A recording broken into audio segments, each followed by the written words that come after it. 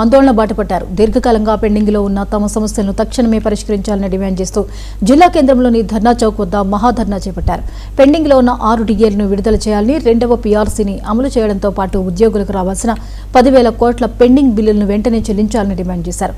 సిపిఎస్ను రద్దు చేసి పాత పెన్షన్ విధానాన్ని పునరుద్ధరించాలని, నూతన ఆరోగ్య భద్రతా పథకాన్ని తక్షణమే అమల్లోకి తీసుకురావాలని స్పష్టం చేశారు. తమ న్యాయమైన డిమాండ్లు నెరవేరే వరకు పోరాటాన్ని ఆపేది లేదని ఉద్యోగ జేఏసీ నాయకులు హెచ్చరించారు. ఉద్యోగుల యొక్క అనేకమైన పెండింగ్ అంశాలు అంటే పీఆర్సీ అమలు కావచ్చు, మరి దాదాపు 6 డిఏల పెండింగ్, అంటే దేశంలో ఎక్కడా లేని విధంగా తెలంగాణలోనే మరి 6 డిఏలు పెండింగ్లు ఉన్నాయి.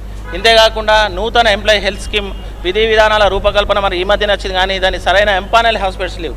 అంతేకాకుండా మరి రాష్ట్ర ప్రభుత్వం ఇంతకుముందు గతంలో చెప్పినట్టుగా సిపిఎస్ను తీసేసి మరి ఓపీఎస్ను అమలుపరుస్తామని మేనిఫెస్టోలో పెట్టిన విధంగా ఇక మా అంగన్వాడీ సోదరీమణుల యొక్క ఉద్యోగుల యొక్క అనేకమైన పెండింగ్ అంశాలు అంటే పీఆర్సీ అమలు కావచ్చు, మరి దాదాపు 6 డిఏల పెండింగ్, అంటే దేశంలో ఎక్కడా లేని విధంగా తెలంగాణలోనే మరి 6 డిఏలు పెండింగ్లు ఉన్నాయి.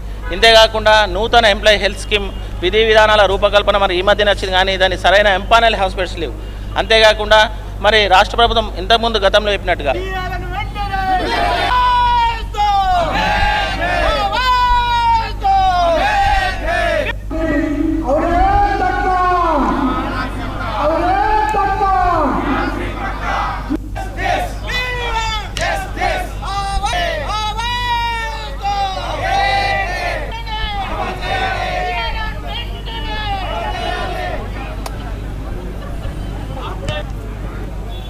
ఓకే, అయితే